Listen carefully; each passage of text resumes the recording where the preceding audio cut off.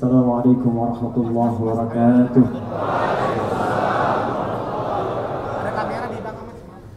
Alhamdulillahi rabbil alamin. Wassalatu wassalamu ala rasulillahil karim wa ala alihi wa sahbihi ajma'in. Amma ba'd. Faya ibadallah, usi nafsi wa iyyakum bitaqwallahi faqad faza al-muttaqun. Fala tamutunna illa wa antum muslimun.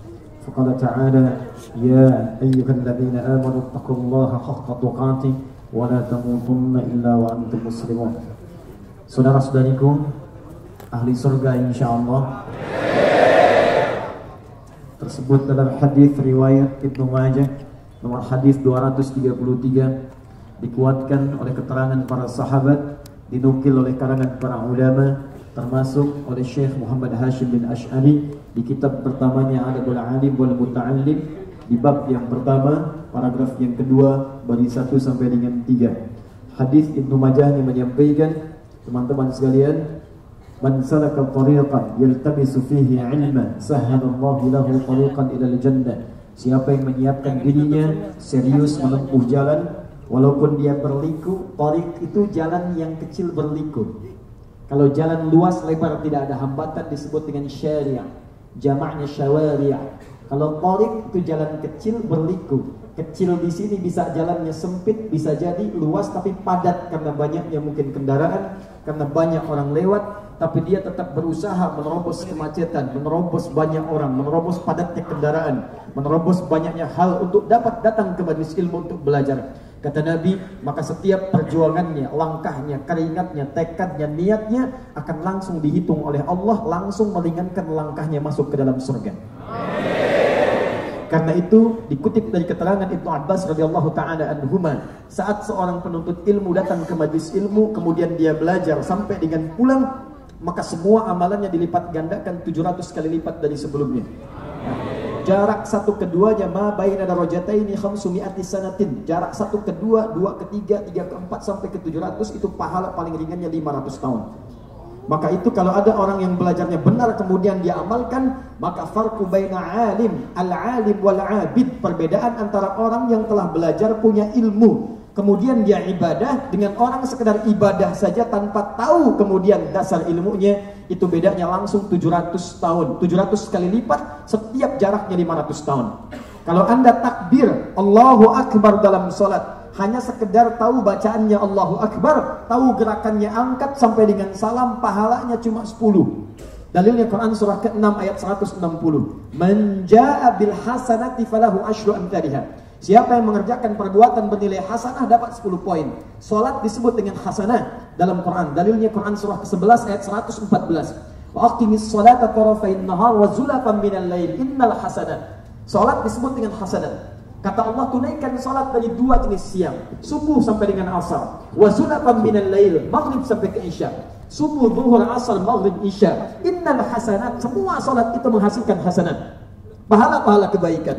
Satu hasanah 10. Tunaikan jamaah 27, di masjid tambah 25, di hadis Muslim. Jarak satu kedua, dua ketiga, tiga keempat sampai 25, 500 tahun.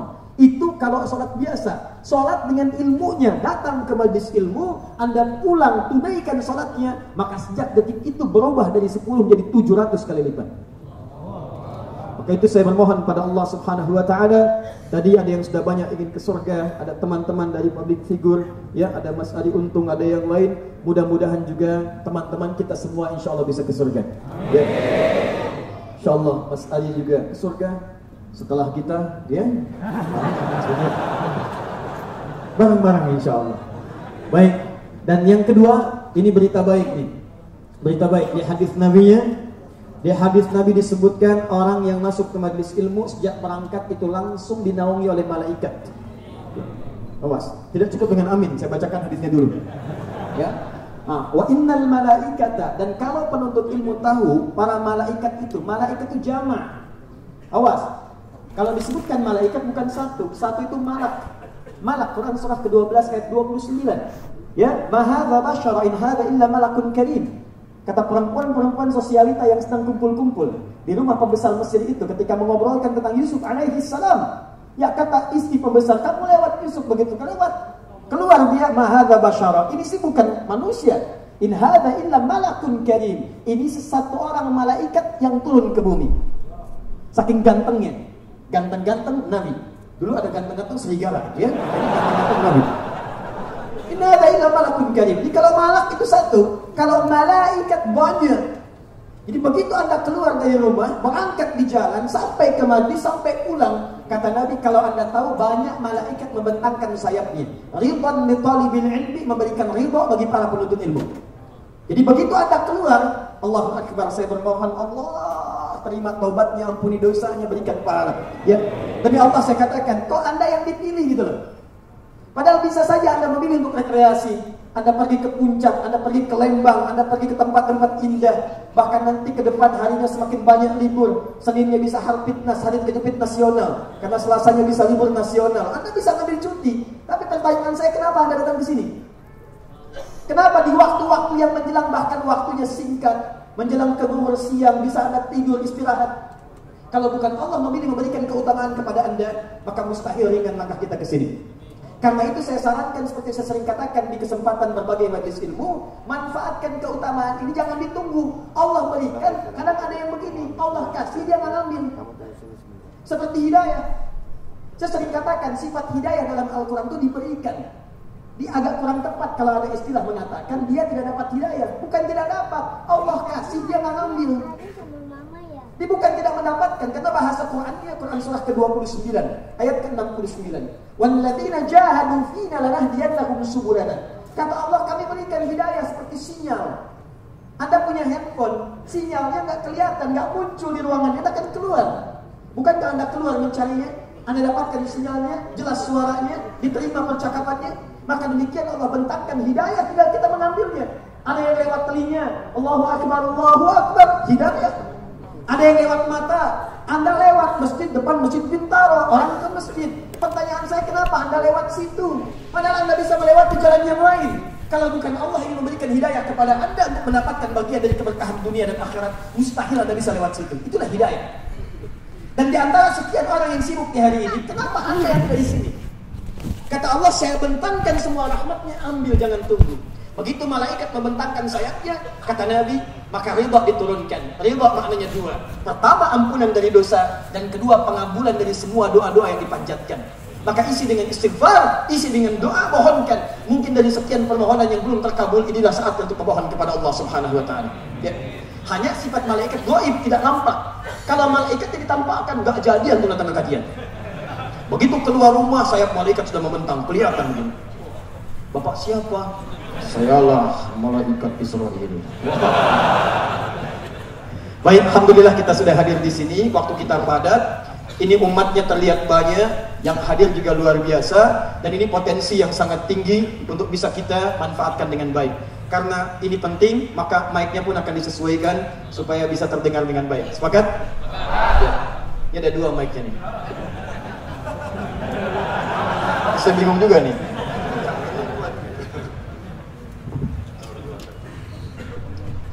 Bismillah. Jazakumullah khair. Baik. Saya ingin bermohon pada Allah Subhanahu wa taala supaya Allah mudahkan apa yang kita pelajari pada siang hari ini dan mudah kita pahami dan mudah kita hafalkan dan amalkan dalam kehidupan. Siap insyaallah? Siap. Baik. Kita ambil materi yang ringan-ringan saja, tidak terlampau tinggi untuk kita pahami, tapi ini materi yang paling penting untuk menyatukan semua potensi umat Islam supaya semua manfaat umat Islam bisa dihadirkan dan mengandung nilai maslahat dalam kehidupan, khususnya kehidupan berbangsa kita. Siap insyaallah? Siap. Baik. Saya mau tanya sebentar. Saat Allah mengutus Nabi Muhammad SAW, diutusnya di mana? Di Mekah. Baik.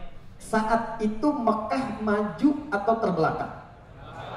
Terbelakang. Saat itu ada peradaban atau tidak? Ada. Ada Romawi dan Persia. Persia punya peradaban, Romawi punya peradaban. Cuman Mekah gak punya. Tertinggal. Jauh dari Romawi, tertinggal dari Persia. Persia unggul, Romawi luar biasa, teknologinya bagus. Ya, muncul keilmuan dan sebagainya. Mekah jauh tertinggal. terbelakang, peradaban tidak ada, maaf, urakan kumpulan masyarakatnya. Jadi semua jenis kejahatan itu ada di situ kumpul. Jadi kalau Anda ingin cari pemabuk, itu mabuk paling hebat itu adanya pada masa itu. Paling minimal sehari 5 kali, itu paling minimal. Kalau Anda ingin cari penipu, yang banyak nipu orang jahiliyah. Kalau Anda ingin cari pembegal, tukang begal paling banyak jahiliyah. Sampai-sampai ada kampung begal namanya.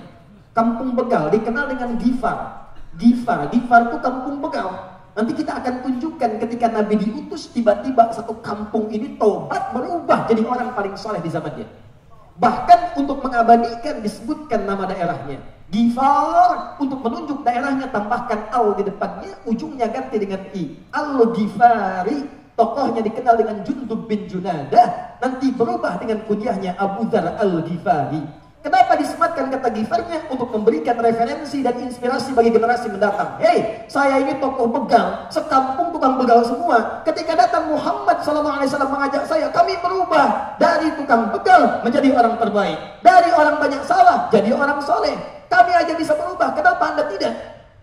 Makanya disebutkan kalimatnya, kurang populer Jundub bin Junadahnya, sangat familiar dengan kalimat Abu Dzar Al-Ghifari-nya. Kenal Abu Dzar Al-Ghifari?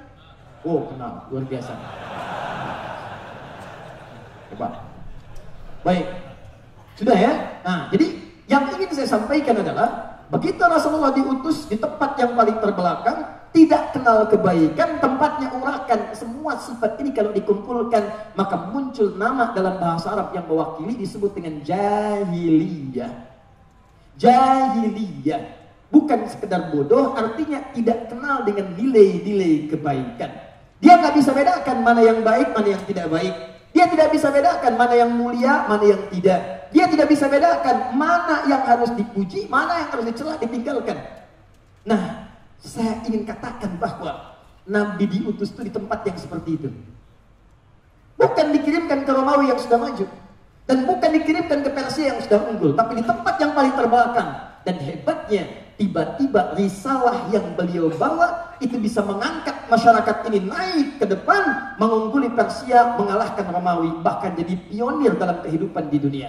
Naik dia, menyebar sampai ke Nusantara. Dan hebatnya, Allah yang ikut pertama kali taklimnya Nabi tidak sebanyak sekarang yang kita lihat dan kita saksikan saat ini. Cuma 40 orang. Tempatnya pun gak terlampau luas. Di rumah seorang bernama Arqam bin Abi Arqam, anak muda usia 17 tahun, masuk Islam yang ke-17, mewakafkan rumahnya di tempat dekat daerah Bukit Safa. Begitu Anda masuk ke dalamnya, lihat area saat sa'i, luasnya cuma sedikit, sebagian dari daerahnya yang belajar 40 orang. Tapi alumni-nya dimanapun menjejakkan kaki dengan berbagai profesi, ada yang birokrat, diplomat, ada yang pedagang, ada yang ustadz, semua menginjak setiap tempat, maka tidak pernah tempat itu diinjak bahkan dihuni kecuali berubah. Apa yang berubah? Dari yang terbelakang maju, dari yang maju tiba-tiba berkembang, pengetahuan datang, keislaman hadir di dalamnya. Silahkan cek. Muawiyah bin Abi Sufyan, Amr bin As melakukan ekspedisi, jalan, menyebarkan risalah, membawa nilai-nilai keislaman Afrika Utara, dari Mesir, Libya, Tunisia, Maroko, Aljazair, sampai nyebrang terus sampai dengan ke Syam. Syam sampai ke Damaskus. Sekarang Syam 4 negara. Ada Syria, ada Libanon, ada Palestina, teman-teman, ada Jordan. 4 negara. Sekarang semua yang dilewati muslim semua. Mesir, Libya, Tunisia, Maroko, Aljazair, sampai nyebrang ke Syam. Dan maju semuanya. Sampai kemudian jadi provinsi Afrika Utara. Provinsi, gubernurnya Musa bin Nusair. Datang laporan dari Spanyol, nyebrang ke Afrika Utara, terpisah Mediterania. Nyebrang, minta bantuan. Tolong bantu kami, sejahterakan kami di Andalusia. Tolong bantu kami, lepaskan dari kezaliman. Dikirim seorang pemimpin besar, namanya Tariq bin Ziyad. Bawa 10.000 pasukan, bantu rakyat Spanyol, berkembang luar biasa. Dibawa teknologinya, bawa pangannya, kembangkan jadi peradaban. 700 tahun Mesir dua dunia. Di Islam itu tidak pernah berpijak di satu tempat orangnya, kecuali membawa maslahat dalam kehidupannya. Hijrah kemudian ke Ethiopia, Habasyah. Sebagian sahabat ada yang ikut ke sana, termasuk pamannya Nabi Ja'far bin Abi Thalib. Sa'ad bin Abi Waqqas juga ikut ke sana. Sebagian ketika ekspedisi ke daerah Asia sampai dengan ke Cina, sebagian sahabat kemudian ikut. Singgah di Nusantara, di kota Baros, 416 km dari kota Medan. Cuma ikutan singgah, apa hasilnya? Nusantara, Indonesia, Malaysia, Filipina Selatan, Thailand Selatan, Brunei Darussalam, kemudian sampai ke rahim, sukunya rahimnya, semuanya Muslim maju berkembang. Cek, tidak ada kemajuan kesultanan yang hebat dahsyat pada saat itu kecuali Nusantara termasuk bagian darinya. Sampai saking dahsyatnya rempah-rempah masuk ke Eropa. Sampai setelah terjadi perjanjian Tordesillas 1494, apa yang terjadi? Dunia dibagi dua oleh Paus Alexander yang ke-6. Ada barat, ada timur. Barat diserahkan kepada Spanyol, timur kepada Portugis. Portugis tahu pusatnya Nusantara, datang tahun 1511. Sampai nyasar ke Goa. Sampai balik lagi menemukan. Dan mereka sadar bahwa teman-teman, Islam itu ajarannya jika diamalkan, maka dia akan bisa memberikan kontribusi terbaik dalam kehidupan pribadinya, keluarga, dan lingkungan tempat dia tinggal. Bahkan yang hebat, dia bisa menghadirkan perdamaian. Bukan sekedar untuk Islamnya saja, bahkan non-Muslim pun aman tinggal dengan orang-orang Islam. Pertanyaannya sekarang, Nabi diberikan oleh Allah risalah dengan Al-Quran, dijelaskan lewat hadis, bentuknya ada. Sekarang persoalannya, kenapa orang dulu dari jahiliyah bisa muncul jadi khairu ummah, umat terbaik? Orang sekarang Qurannya sama, hadisnya sama, kenapa hasilnya bisa berbeda? Dulu orang belajar Quran dari yang saling mencela jadi mencinta.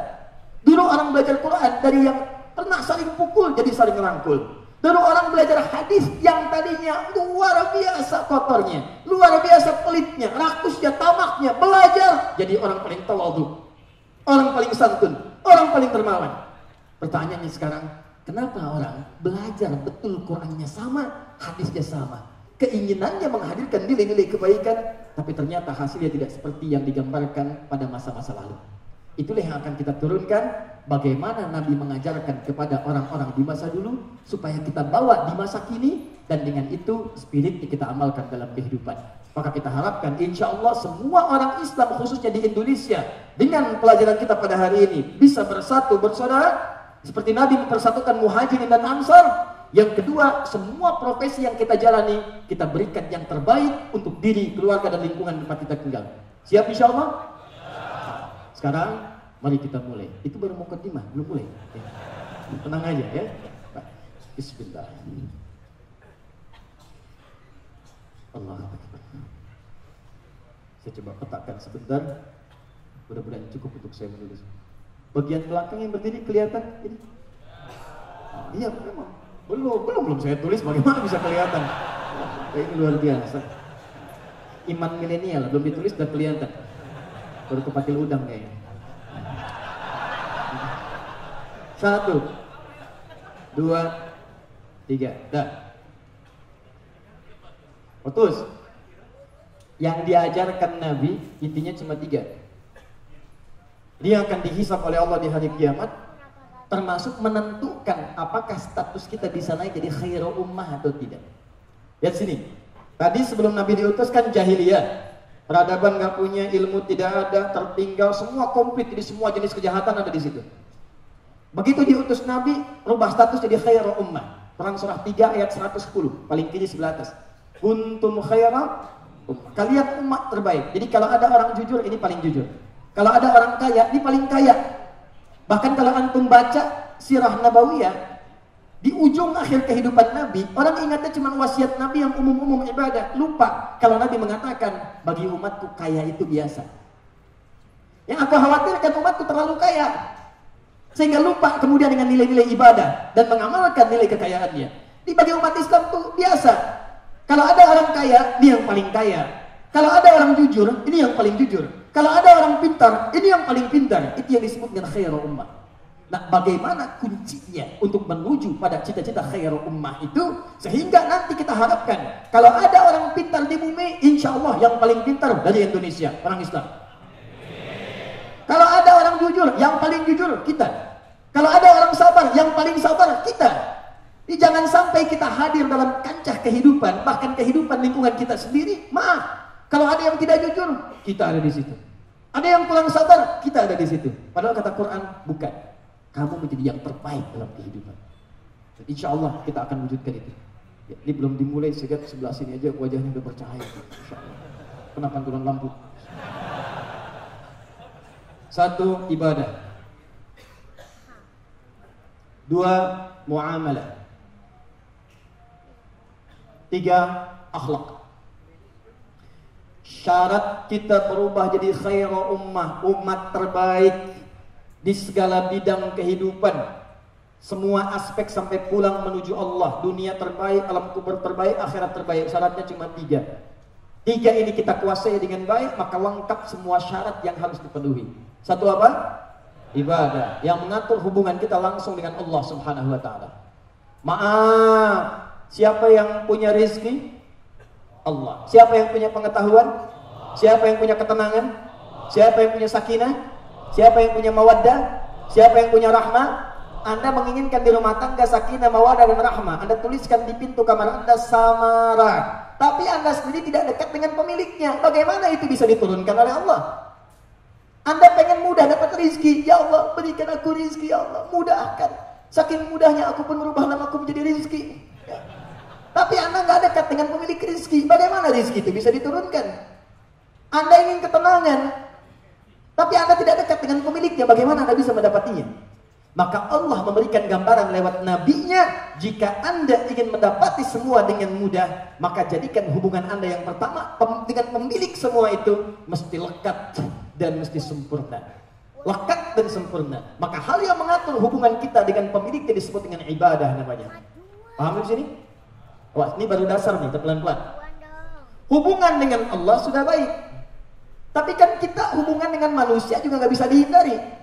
Betul, Allah pemilik rizki. Allah tempatkan rizki jadi tempat tertentu. Kita datang, kita kerja, kita berhubungan. Berhubungan kemudian dengan keluarga. Berhubungan dengan teman. Hubungan dengan sesama dalam lingkungan disebut dengan muamalah namanya. Ini kaitan dengan lingkungan. Fokus. Hubungan dalam ibadah mengatur dengan Allah. Hubungan muamalah mengatur dengan lingkungan sekitaran kita. Hablum minallah, hablum minan nas. Maka Allah berikan nilai dalam kedua hubungan ini. Jangan sampai ada orang ibadah pengen dekat dengan Allah, tapi penampilannya kurang bagus, caranya tidak elok. Pengen menemui seseorang, tapi datang dengan arogan, tidak diatur dengan penampilan yang baik. Maka Allah berikan kemudian melalui tuntunan Rasulnya hal yang ketiga. Bagaimana kita melakukan ibadah dan muamalah supaya sempurna? Maka muncul apa yang disebut dengan akhlak. Nilai yang mengatur tata cara ibadah dan muamalah.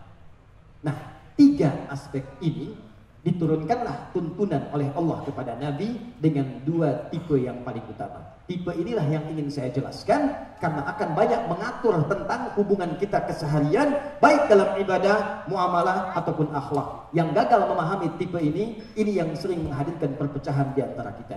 Apa 2 tipe ini? Ini yang coba kita uraikan dalam 1 jam ke depan insya Allah. 1, ada yang langsung sifatnya diajarkan oleh Nabi, yang jenisnya hanya 1 dalil dan 1 contoh saja. Baik masalah ibadah, muamalah ataupun masalah akhlak. Dalilnya cuma 1, contohnya 1. Saya ulang, dalilnya berapa? 1. Contohnya berapa? 1. Maka kalau ada yang seperti ini, Anda cukup kerjakan 1 itu saja tanpa harus kreatif mencari cara yang lainnya. Karena Allah sudah menilai kita mampu mengerjakannya tanpa alternatif yang lainnya. Contoh 1, ibadah. Contohnya sholat. Yuk kita turunkan. Dalam sholat bukankah dibuka dengan takbir?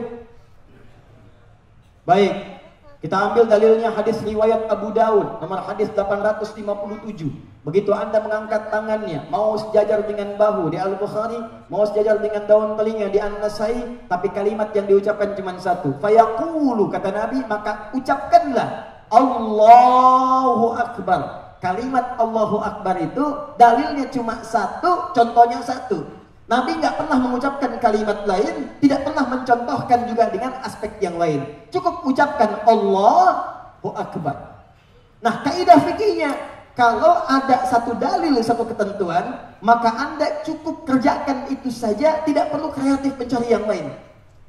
Begitu Anda kreatif mencari yang lain, maka tidak sempurnalah kemudian ibadah yang kita tunaikan. Maka dari itu, mohon maaf, belum pernah kita temukan sampai dengan sekarang orang mengganti misalnya, sudah jelas Allahu Akbar, semua bisa diganti misalnya Allahu Rahman, Allahur Rahim. Kok Anda katakan bukan Allahu Akbar? Ingat dalilnya Al-Quran. Bukankah Allah berfirman di Quran surah 17 ayat 110? Qulidhullaha awil Ar-Rahman. Silahkan sebutkan Allah atau Ar-Rahman. Boleh kan saya? Tidak. Karena penjelasan dari Al-Quran diatur dengan keterangan Nabi SAW. Paham sampai sini? Jadi kalau sudah kalimatnya Allahu Akbar, maka jangan coba-coba diganti dengan kalimat yang lainnya. Karena dalilnya cuma satu, contohnya pun satu. Jadi diganti dengan kalimat lain aja tidak boleh, apalagi diterjemahkan. Anda bayangkan, zaman jahiliyah aja, nggak ada yang mau ganti kalimat Allahu Akbar. Bisa kebayang nggak? Zaman sekarang yang udah lewat jahiliyah, tiba-tiba ada orang yang sholat pakai penerjemah. Bahasanya diganti dari kalimat Allahu Akbar menjadi bahasa lokal. Anda bayangkan, Nabi aja yang jelas surganya, Nabi Rasul jelas surganya, dekat dengan Allah, hisab tidak ada, surga tingkat tinggi. Termasuk para sahabat, ada tabiin, orang soleh, semua mengatakan Allahu Akbar. Tiba-tiba di masa kini, ada orang Nabi bukan, Rasul bukan, surga belum jelas, hisab menegangkan, amalan berantakan, takbir dia diganti kalimatnya Allah Maha Besar. Maka berubah maknanya. Karena dalam kaidah Islam itu ada kalimat yang tidak boleh diterjemahkan, harus seperti itu adanya. Ada kalimat yang boleh, silahkan diterjemahkan dengan bahasa masing-masing. Ungkapkan, bebas. Apa diantara yang nggak boleh diganti? Lafaz sholat, lafaz adzan, dan nama-nama Al-Quran. Begitu Anda ganti, berantakan maknanya. Maka orang Sunda akan mengatakan Allah anu ageng. Betawi gak mau kalah, Tuhan gua gede. Maka ketika semua bacaan dikumandangkan, disampaikan dengan bahasa lokal masing-masing, maka berkuranglah kemudian nilai keagungan dalam bacaan sholat itu. Termasuk bacaan Quran. Jangankan ayatnya, nama suratnya aja, walaupun ada terjemahannya, tetap dia harus dilafadzkan dengan nama suratnya. Al-Baqarah, ada terjemahannya, sapi betina. An-Naml, terjemahannya, semut. An-Nahl, ada terjemahannya, lebah. An-Nahl, nakhlun, ada, kurma. Begitu Anda membaca Al-Quran, maka yang harus Anda sampaikan adalah nama suratnya, walaupun ada terjemahannya. Begitu disebutkan terjemahannya, gak enak kedengarannya. Bro, lagi baca surat apa? Surat semut. Enteng ulang surat apa? Ibu-ibu An-Nisa. Dia baca surat apa tuh? Oh dia baru nyampe surat lebah. Jadi begitu Anda sebutkan terjemahannya, kerasa hati kita juga sudah gak enak. Maka ini kaidah, ada yang sifatnya bacaan, ada gerakan. Jika satu dalil, satu contoh, maka Anda tidak perlu kreatif untuk menggantinya. Ini bacaan, contoh gerakan. Misal dalam sholat, angkat tangannya di An-Nasai nomor hadis 886, fawadha'a yadahul yumna 'alal yusra. Maka dia bersegera meletakkan telapak tangannya di punggung kirinya. Fa itu harfu aqfin rabitin baina syai'aini bila hudud. Huruf merangkai di antara dua peristiwa dengan cepat tanpa jeda. Peristiwa pertama takbir, kedua meletakkan tangan. Antara ngangkat dengan meletakkan tanpa jeda, langsung. Begitu ngangkat yang kanan dengan kirinya, tangkat begini, langsung letakkan. Kata Nabi, yang kanan letakkan di punggung yang kiri ini. Allahu Akbar. Dan tidak ada gerakan lain. Nah ini saya tidak bermaksud menyalahkan ya, saya cuma menemukan satu dalil ini dan satu contoh. Dan tidak perlu kreatif. Ustadz, kan nggak enak Ustadz, kiri itu lambang yang tidak menyenangkan, yang kurang bagus. Kanan ini gambaran bagus. Masa kita dahulukan kiri daripada kanan? Boleh nggak begini? Allah, kanan dulu masuk, kiri begini, baru kanan tutup. Kadang-kadang kaki naik dikit gitu kan? Nah, bisa. Nah itu kalau sudah kemudian jelas seperti itu, satu dalil, satu contoh, maka tidak perlu kreatif. Makanya saya coba cari-cari gitu ya, kan saya nggak biasa nyalain orang. Saya cuma lihat dia mengerjakan itu ada dalilnya apa. Saya lihat, saya kumpulkan kitab hadis. Padahal alhamdulillah kita punya koleksi 1235 kitab hadis. Kita lihat satu-satu. Masya Allah, jangankan di hadis sahih, di hadis paling palsu pun nggak ditemukan. Jadi pemalsu hadis pun tidak tertarik memasukkan hadis ini, saking jelasnya hadisnya. Paham ya? Nah, jadi kalau kita sudah jelas mendapatkan bagian itu, sudah nggak usah dibuat kait lagi. Paham? Allahu Akbar, selesai. Allah. Misal ya, misal contoh. Jelas? Nah, ini ketentuan terkait dengan ibadah. Sama, muamalah juga ada. Ada bentuk perintah, ada bentuk larangan. Kerjakan, tinggalkan. Do it, leave it, if'al, wala taf'al. Padahal jelas. Saking jelasnya, nggak perlu diterjemahkan lagi. Tapi kadang-kadang manusia banyak yang kreatif. Sudah tahu jelas mencari jelasnya supaya itu terlihat seakan sama. Contoh, saya ambil larangan dulu hubungan dengan manusia. Buka Quran surah ke-49 ayat 11 sampai 12. Ya ayyuhalladzina amanu, kata Allah, hei orang-orang yang masih mengaku punya iman. Saya serius nih, lihat sini. Boleh saya hapus dulu? Masya Allah. Luar biasa. Tolong muliakan mari untuk. Cuma saya tuh gini, saya selalu punya persoalan begini. Saya tuh sering mengambil penghapus karena saya tahu mana yang harus dihapus.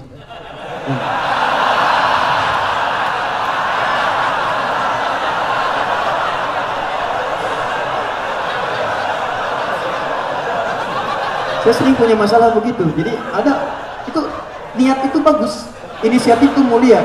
Cuman ketika menyulitkan kita itu jadi persoalan.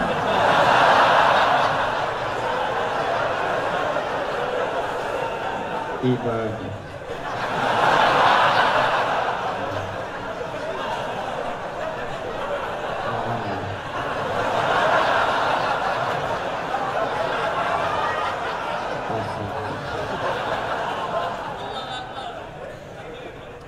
Insyaallah. Jazakallah. Semoga Allah masukkan beliau ke dalam surga setelah kita tentunya. Jazakallah khair. Alhamdulillah. Lihat sini. Ini sudah. Sekarang saya kasih kaidah. Lihat baik-baik. Semua ayat yang dibuka dengan ya ayyuhalladzina amanu, maka bukan sekedar informasinya yang penting yang akan disampaikan ayat itu, tapi juga mempertaruhkan keimanan pemiliknya. Ya, saya tulis. Ya ayyuhalladzina amanu. Fokus. Kalimatnya sederhana. Disebutkan 68 kali dalam Al-Quran rangkaian kalimat ini. Yang huruf panggilan disebut dengan harfun nida. Disebutkan 360 kali dalam Al-Quran. Huruf panggilan itu di ilmu nahwu, di gramatikal bahasa Arab ada 14. Tapi yang disebutkan di Quran cuma 1 ya. Dan setelah diteliti di semua kitab-kitab nahwu, sepakat semua pakar kaidah bahasa Arab, ternyata ia itu huruf yang paling komprehensif. Yang kalau Anda ingin menggunakan panggilan apapun itu bisa dilakukan dengan ya. A panggilan dekat, ayah panggilan jauh. Tapi ya bisa dekat, bisa menengah, bisa jauh. Panggilan minta tolong bisa pakai ya. Dahsyatnya bahasa Al-Quran, Allah menetapkan diksi pilihan kata yang sangat luar biasa. Cuma 1 huruf maknanya dalam. Ayyuha disebutkan 150 kali dalam Al-Quran. Ayyunya munada, fungsinya taukid untuk menguatkan. Haknya fungsinya tanbih untuk mengingatkan. Kalau Anda mau terjemahkan, cara menerjemahkannya begini. Ya ayyuha, hei kalian semua, saya panggil tanpa batas siapapun. Awas hati-hati. Apalagi pakai alladzina, pemilik imannya. Disebutkan 1080 kali dalam Al-Quran. Kalau sudah pakai alladzina, maka semua kalangan tanpa kecuali. Besar, kecil, tua, muda, laki-laki, perempuan. Mau kaya, mau cukup, bebas semuanya. Tanpa kecuali. Kata Allah, hei semua kalian yang punya iman. Tanpa kecuali saya panggil semuanya. Mau besar, kecil, tua, muda, lelaki, perempuan. Mau ngaku kaya, mau ngaku cukup, semuanya. Tanpa kecuali. Saya ingatkan ya, saya tekankan ya, ayo, ingat baik-baik ini. Begitu kalimat dibuka dengan ayyuhalladzina amanu, pemilik iman, maka kata para pakar tafsir, informasi yang disampaikan akan menentukan tingkat keimanan pemiliknya. Kalau cepat merespon perintahnya, ini menunjukkan imannya kuat. Kalau ternyata dia lambat atau mengingkari larangan, ini menunjukkan imannya sedang bermasalah.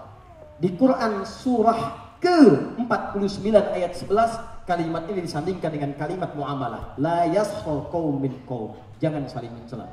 La yaskhar. Jangan saling mencela. Jadi kalau orang punya iman, cukup punya iman dalam dirinya, maka dia tidak akan pernah mencela dalam arti ingin menjatuhkan orang lain atau merendahkan kehormatannya, bukan ingin mengoreksi kesalahannya. Kalau kita ingin mengoreksi sesuatu menjadi hikmah, itu diperkenankan, seperti Allah mencela perbuatan Fir'aun, seperti Allah mencela perbuatan Qarun. Tapi kalau Anda mencela tanpa alasan misalnya, maka ini yang disebut dengan sukhriyah, la yaskhar. Bahkan yang paling bahaya, ini kata Nabi, awas di hadis Muslim. Ada orang Islam punya iman, sholatnya bagus di ibadah, Sholatnya bagus, puasanya bagus, zakatnya bagus, cuma dia gagal di muamalah.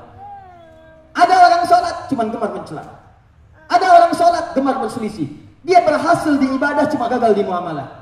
Bagaimana mungkin Anda bisa mengatakan, ayo persatu, sementara Anda sendiri membawa celaan yang menjurus kepada perpecahan? Maka cukup ada satu kalimat di Al-Quran, dalilnya satu, contohnya satu, gak banyak, maka gak usah banyak dipikirkan lagi. Kata Allah, ya ayyuhalladzina amanu, pemilik iman itu pasti gak akan saling mencela. Apalagi mencela sesama orang beriman. Sekarang tunjukkan pada saya. Lihat baik-baik, Quran kita sama, hadisnya sama. Kenapa orang jahiliyah masuk Islam, setelah itu dari mencela jadi mencintai, memukul jadi merangkul, jadi sahabatan, jadi saling perhatikan. Kok orang sekarang bisa datang ke pengajian, pulang dari pengajian saling mencela? Yang paling bahaya adalah dia mengatakan saya belajar Quran, saya belajar hadis. Quran mana yang Anda pelajari, hadis mana yang Anda teliti? Quran mengatakan jangan saling mencela. Ini Anda baru pulang pengajian sudah mencela orang lain. Gak tanggung-tanggung, kadang-kadang yang dicela ustadznya juga. Siapa yang ngajar? Ustadz Adi, Ustadz Bid'ah. Bukan Ustadz Adi, Ustadz Bid'ah. Ustadz Adi, itu lihat spanduknya, Ustadz Adi. Paham? Jadi kalau Anda satu hal saja, perhatikan bahasa Qurannya. Muamalah, dalil satu, contoh satu. Gagal di satu itu, maka ada yang harus dikoreksi dalam iman kita. Paham sampai sini? Di syarat mendapatkan khairul ummah, ininya bagus, akhlak yang mulia. Sekarang saya masuk pada bagian yang kedua. Ini yang ingin saya maksudkan. Ada yang kedua, ini yang sering gagal paham, dan ini yang sering kali menjurus pada perselisihan dan perpecahan. Apa itu?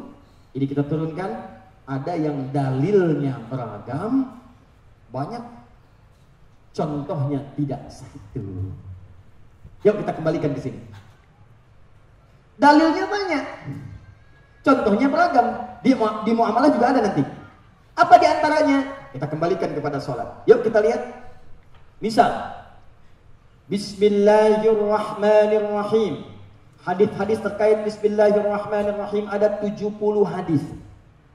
Bukan satu, bukan dua, bukan tiga, 70 dalilnya. Dari 70 ini, teman-teman sekalian, Nabi mempraktekannya membagi kepada 4 bagian. Lihat baik-baik. Satu, ada yang Nabi jaharkan. Bismillahirrahmanirrahim. Dua, ada yang Nabi sirkan, silent. Bismillahirrahmanirrahim. Dan kalau sudah sir itu artinya gak kedengaran, cuma kita yang dengar. Makanya kalau ada imam membaca sir, gak usah dikeraskan sampai ke mic. Tempelkan mic-nya. Bismillahirrahmanirrahim. Kalau begitu namanya jahar.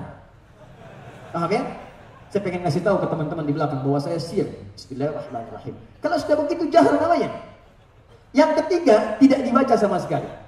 Dan yang keempat dibaca rakaat pertama, kemudian rakaat kedua tidak dibaca sama sekali. Misal subuh 2 rakaat, rakaat pertama dibaca keras, Bismillahirrahmanirrahim. Rakaat yang kedua tidak dibaca sama sekali. Bayangkan 70 dalilnya, cara bacanya 4. Keempat-empatnya ditunjukkan oleh Nabi SAW. Maka kalau ada yang seperti ini artinya alternatif yang diberikan oleh Nabi SAW. Dalilnya ada, contohnya ada, supaya kita bisa memilih mana yang paling nyaman dan mudah untuk kita lakukan. Paham sampai sini? Bukan untuk diperselisihkan. Karena itulah semua yang bersumber dari Nabi, kalau dalilnya ada, mau dihapus?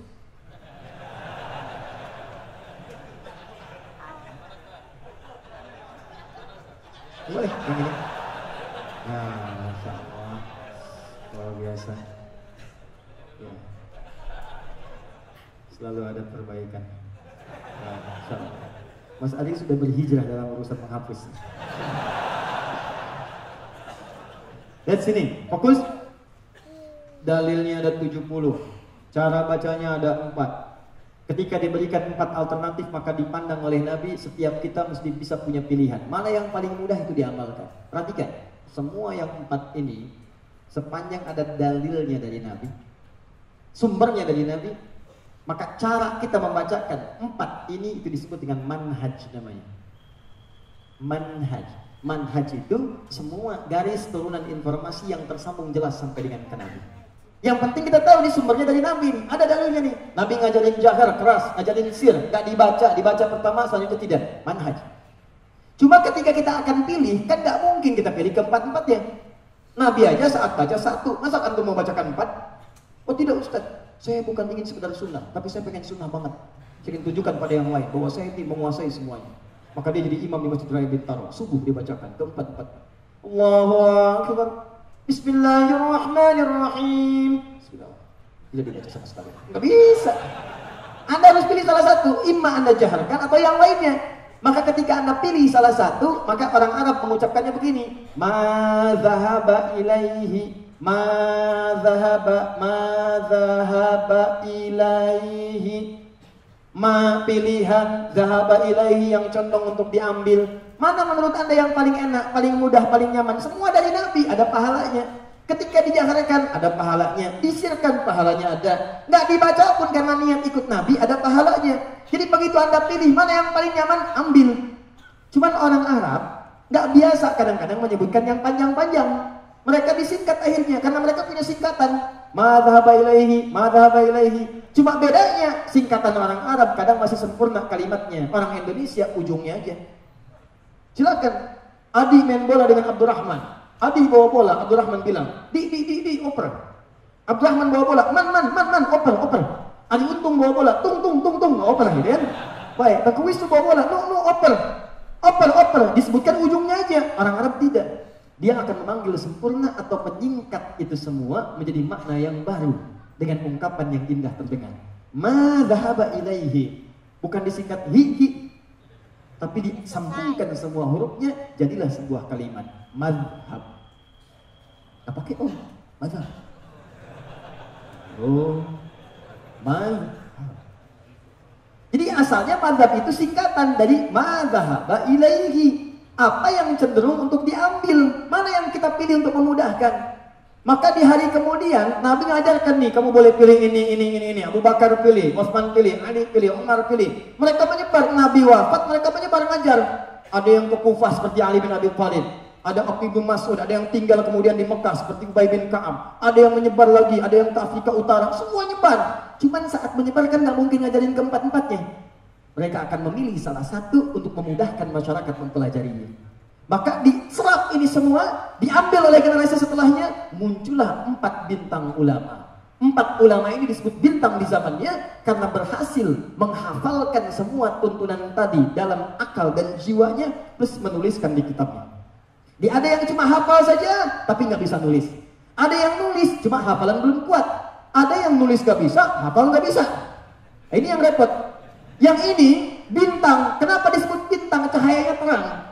Malam hari yang gelap, dia masih punya cahaya. Ini yang hebat. 4 ini, satu adalah Abu Hanifah An-Nu'man yang wafat tahun 150 Hijrah.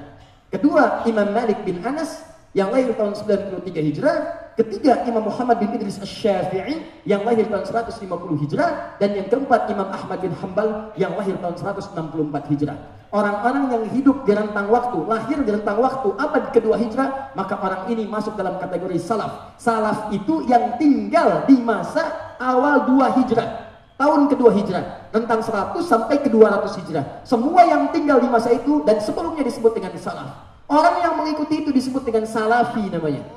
Di salafi itu bukan kelompok, bukan golongan, tapi orang yang mengikuti cara ibadahnya sampai ke Nabi melalui orang-orang di generasi tadi. Maka dikumpulkan Imam Syafi'i, Imam Malik, Imam Abu Hanifah, Imam Ahmad. Diambil semua informasi dari zaman sebelumnya, mereka hafalkan.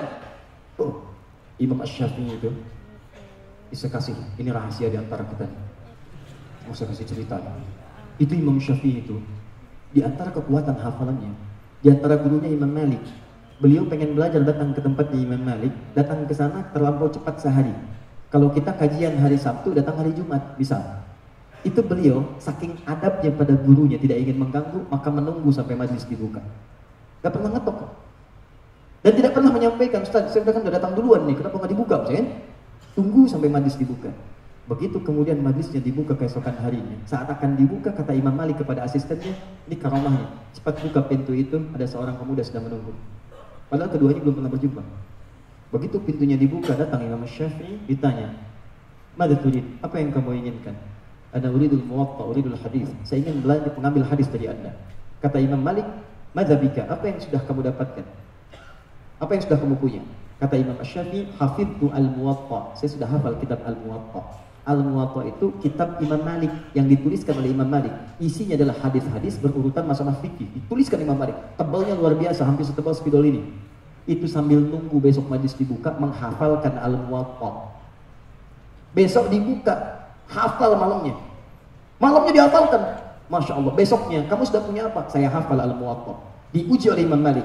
Diuji, begitu diuji, Masya Allah, ternyata hafal langsung dalam kepalanya. Dia ada yang hafal di luar kepala, belum masuk. Ada yang hafal dalam kepala. Begitu dibacakan keluar, titik komanya semuanya sempurna. Kata Imam Malik, tingkatkan takwamu kepada Allah karena nanti kamu akan jadi bintang di masa depan. Imam Syafi'i. Ada orang nunggu ustadz datang ngapalin sampai materinya paham. Ada orang lagi nunggu ustadz datang sibuk bikin status. Ceklik, menunggu ustadz datang. Ini yang repot nih. Cita-cita masuk surga. Terus ngapus ya. Insya Allah. Lihat sini, fokus. Nah ini empat ini punya keunggulan, semua dihafalkan, habis itu dituliskan. Jadi mereka punya dokumennya dalam bentuk kodifikasi tulisan kitab dan juga dalam bentuk hafalan. Jadi hafalan mengoreksi isi kitabnya, kitab mengoreksi hafalannya. Orang belajar datang. Maka mengajarkanlah ini. Keempat imam inilah yang kemudian jadi referensi. Ini menerima dari sebelumnya sampai ke Nabi. Di semua orang yang belajar sekarang ini, itu semua sumbernya mengacu kepada satu di antara empat ini. Kalau bukan ke jalur Abu Hanifah, jalur Imam Malik, jalur Syafi'i, jalur Imam Ahmad, pasti akan kembali ke sini. Karena semua dari masa ini menyebar informasi, semua terkumpul di masa ini sampai ke bawahnya. Ini yang nyambung kemudian sampai ke Nabi SAW. Seperti nanti mereka punya murid-murid lagi. Abu Hanifah punya murid sampai ke Ad-Dahlawi. Kemudian Imam Malik punya murid sampai ke Suhnun, sampai ke bawahnya lagi. Imam Syafi'i punya murid sampai ke Rafi, sampai Imam Al-Bukhari termasuk turunan dari Asy-Syafi'i. Sampai kemudian ke sini Imam Ahmad, sampai terus ke bawah lagi, sampai Syekhul Islam Ibnu Taimiyah, sampai Ibnu Qayyim Al-Jauziyah, sampai ke Syekh Muhammad As-Sudar Al-Albani misalnya. Semua jalurnya sama semua. Cuma saat mereka mengajarkan, kan saat mengamalkan mesti pilih salah satu. Imam Syafi'i hafal keempat-empatnya, cuma saat milih satu diucapkan, saya pilih yang jahar, maka dikenal dengan mazhab Asy-Syafi'i. Yang kalau dalam salat dibacakan jahar, Bismillahirrahmanirrahim, dikenal mazhab Asy-Syafi'i. Maksudnya yang dipilih oleh Imam Asy-Syafi'i karena menurut beliau ini yang paling nyaman saya amalkan. Pertimbangannya begini, silahkan. Kalau ingin ikut saya, silahkan. Bukan karena sayanya, mazhab bukan kelompok saya, tapi saya pilih berdasar dalil dari Nabi. Paham? Kata Imam Ahmad, saya ngambil sir aja, sir. Dalilnya begini, ada menurut saya ini yang lebih nyaman saya pakai. Maka sir mengambil pendapat itu, diambil Imam Ahmad, maka disebut madhab Hambali. Bukan kelompoknya Imam Ahmad bin Hanbal. Maksudnya diambil sesuai dengan pilihan Imam Ahmad karena pertimbangan saya. Oh, pendapat Imam Ahmad dalam masalah ini memahami hadis Nabi, ini yang menurut saya paling kuat. Demikian Imam Malik, demikian Imam Abu Hanifah. Jadi kalau orang kemudian mengucapkan dalam salatnya jahar Bismillahirrahmanirrahim, ini menunjukkan dia mengambil dalil jahar yang bersumber dari Imam Asy-Syafi'i, tersambung kepada Nabi sanadnya. Jelas? Dan tidak ada hubungan dengan yang lainnya. Ini datang ke masjid, imamnya jahar Bismillahirrahmanirrahim. NU. Bismillahirrahmanirrahim. Alhamdulillahirrabbilalamin. Muhammadiyah. Selain saya, salah semua. Ini repot kalau udah begini nih. Jadi nggak bisa. Kalau semua sumbernya dari Nabi ada, dalilnya ada, ini menunjukkan kemudahan dalam mengamalkannya. Anda bayangkan para sahabat mulia aja nggak ribut, kenapa Anda yang bukan sahabat ribut? Anda siapa, Fernando? Gitu. Wow. Jadi nggak usah rame-rame. Ini saya ini penting saya sampaikan. Saya pernah tugas di Mekah 2010. Tugas. Saya terima jemaah haji pertama dah. Begitu Isya imamnya Syekh Sudes. Bagus, dah bagus-bagus tuh di depan tuh. Allahu Akbar. Bismillahirrahmanirrahim. Sil, karena di Saudi kan mazhabnya Hambali. Alhamdulillahirrahmanirrahim. Udah tenang-tenang kita mau begini, tiba-tiba samping. Iki imamnya Muhammadiyah ya. Muhammadiyah. Sebenarnya luar biasa nih, Muhammadiyah cabang Masjidil Haram. Tuh. Ya masalah tuh. Nah ini yang kadang-kadang kita pengen bersatu, cuma diributkan masalah begini. Nabi aja kasih alternatif, kenapa ente bukan bukan lagi ribut. Sahabat aja nggak ada masalah. Pernah antum dengar riwayat Abu Bakar bertengkar dengan Umar gara-gara bacaan Bismillah? Gak ada. Dan Abu Jahal pun nggak pernah protes. Saya belum pernah dapatkan dalam sirah misalnya Abu Jahal protes karena perbedaan masalah basmalah. Tidak. Silahkan cek. Jadi kenapa kemudian jadi persoalan? Termasuk turunan yang lain. Ada kunut, ada yang tidak. Kenapa gara-gara kunut kemudian masih jadi kosong? Ini kan tidak menarik teman-teman sekalian. Tinggal di komplek ini. Ya, masjidnya ada di sini. Yang di sini kunut. Gara-gara ini kunut, dia tidak kunut. Kemudian, kalau enggak, Allahu Akbar. Kalau masalah yang ringan, tidak ada masalah. Ini kadang-kadang keluar dari komplek, ditinggalkan masjidnya. Pergi ke masjid lain. Yang paling persoalan ketika ditanya, kenapa tinggalkan itu? Masjid bid'ah. Masjid bid'ah. Masya Allah. Sejak kapan kemudian ada masjid jadi bid'ah? Nah, ini yang repot nih. Ya, ingat kalimat-kalimat sunnah bid'ah itu juga jangan sembarang diucapkan, itu berbahaya.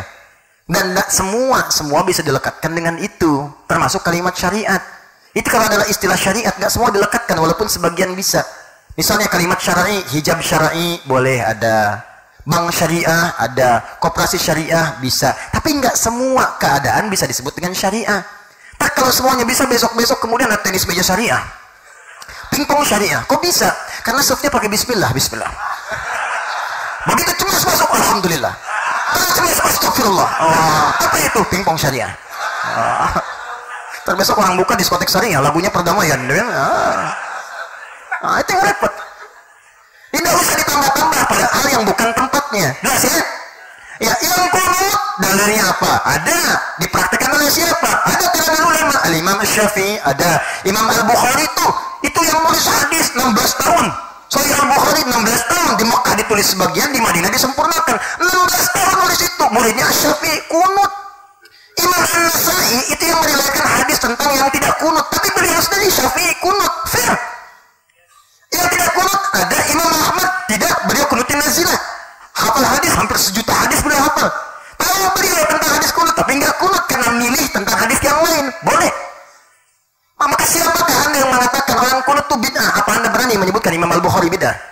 Sementara anda mengambil hadisnya. Imam Syafi'i bid'ah. Al-Hasan cucu Nabi bid'ah. Ibnu Umar bid'ah. Demikian anda pun yang kunut, kenapa mesti menjual yang tidak kunut? Apa anda mengatakan yang lainnya bid'ah semua? Abu Bakar bid'ah, Umar bid'ah, Utsman bid'ah? Sudah, cukup tinggalkan semua itu, kita kembali pada tuntunan yang jelas.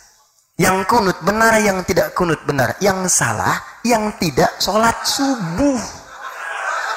Selesai. Dan kita tidak disibukkan dengan hal yang ringan gitu. Ya, paham ya? Tuh, selesai. Nah, kan? Silakan. Ya. La raiba fi. Oh, tidak ada keraguan.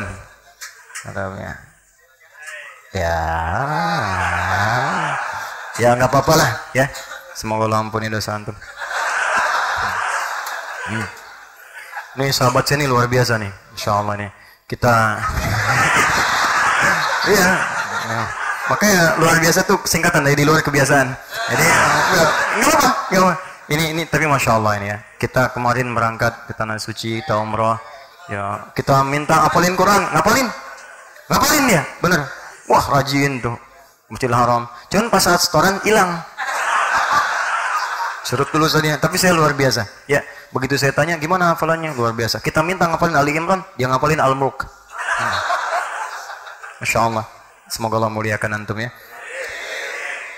Terus, contoh, awas hati-hati. Ini hal-hal yang ringan-ringan, yang kadang-kadang rujuk. Lihat kaidahnya sederhana. Saya berikan kaidah supaya nanti kita tidak disibukkan dengan perselisihan semacam ini.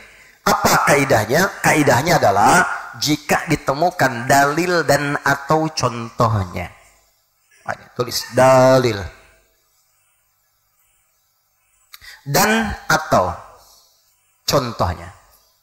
Jadi bisa ada dalil dan contoh sekaligus, bisa ada dalil contohnya sementara, bisa ada dalilnya saja contohnya nggak ada. Nah, itu kalau ada yang demikian, sepanjang dalil paling minimal ada, itu menunjukkan bahwa itu masih boleh diamalkan, jangan diperdebatkan. Kalau ada alternatif itu berarti diduga setiap orang, kalau tidak diberi kemudian dalam mengamalkannya atau pilihan yang paling nyaman ditunaikan. Contoh, kemudahan misalnya. Kemudahan ini dihadirkan oleh Nabi karena nggak semua orang bisa melakukannya. Yang kalau nggak ada alternatif, celaka ibadahnya susah. Misal, ini serius nih. Ada orang yang gagal memahami ini sampai bertengkar suami istri di Bekasi. Bertengkar gara-gara ini nih. Anda bisa bayangkan. Apa persoalannya? Persoalannya sujud dari i'tidal.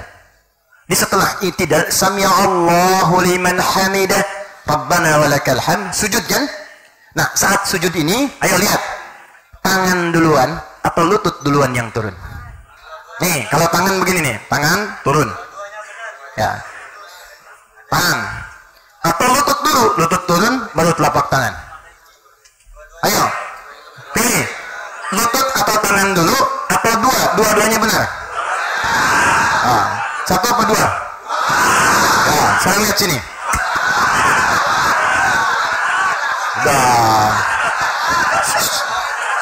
Sudah. Saya harus menjaga marwah di keulamaan. Jadi saya selalu mengatakan saya netral. Tapi kalau pilihan silakan masing-masing. Di saya nggak bisa mengatakan misalnya pilih nomor 2, saya nggak bisa. Nggak, betul, saya serius.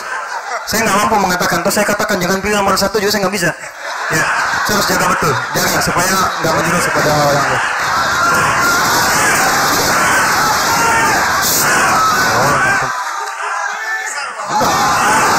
Antum kenapa jadi rame? Kan saya ngasih contoh. Udahan ya. Terpulang-pulang jadi tersangka lagi ya.